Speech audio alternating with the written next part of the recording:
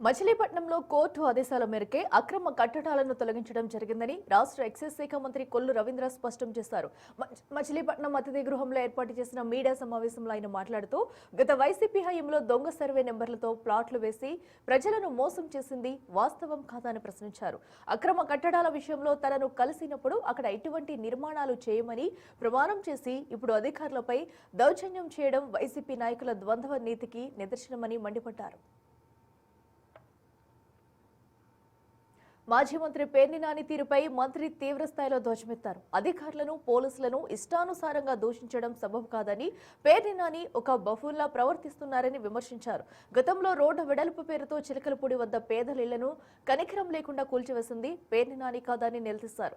బందరు అభివృద్ధిని అడ్డుకుంటూ వర్మాలను 5 ఏళ్ల పాటు ఇబ్బంది పెట్టారని, బైపాస్ రోడ్డులో దేవుడి భూములను తన అనుయాయులకు కట్టబెట్టారని ఆరోపించారు.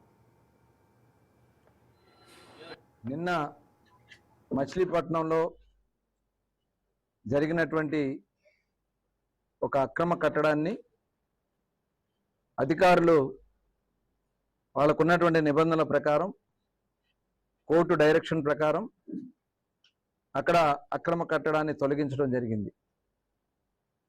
ఈ అక్రమ కట్టడం తొలగింపు సందర్భంగా జరిగినటువంటి సంఘటనలో వైఎస్ఆర్ పార్టీ నాయకుడు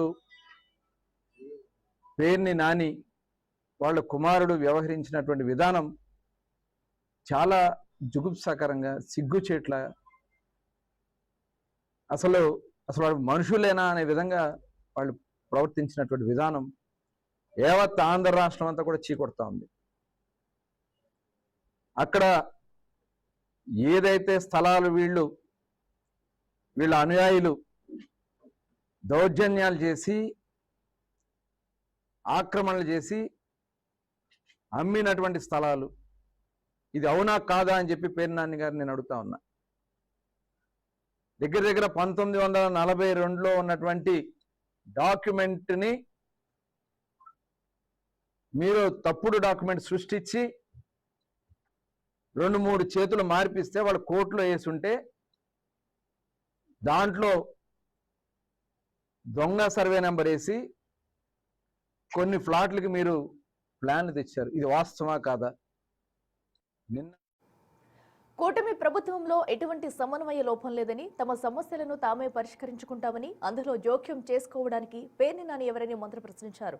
కాపుల గురించి మాట్లాడే అర్హత నానికి లేదని, వంగవీటి రంగా హత్యకు సంబంధించిన వారితో అంటకాగిన చరిత్ర ఆయనదని గుర్తు చేశారు. గత 5 ఏళ్లలో ఒక్క G+ ఇల్లు కూడా ఇవ్వని వైసీపీ ఇప్పుడు విమర్శలు చేయడం హాస్యాస్పదమని, తాము అధికారంలోకి వచ్చాక ఇప్పటికే 2006 ఇళ్లను లబ్ధిదారులకు అందించామని మంత్రి కొల్లు రవీంద్ర వివరించారు.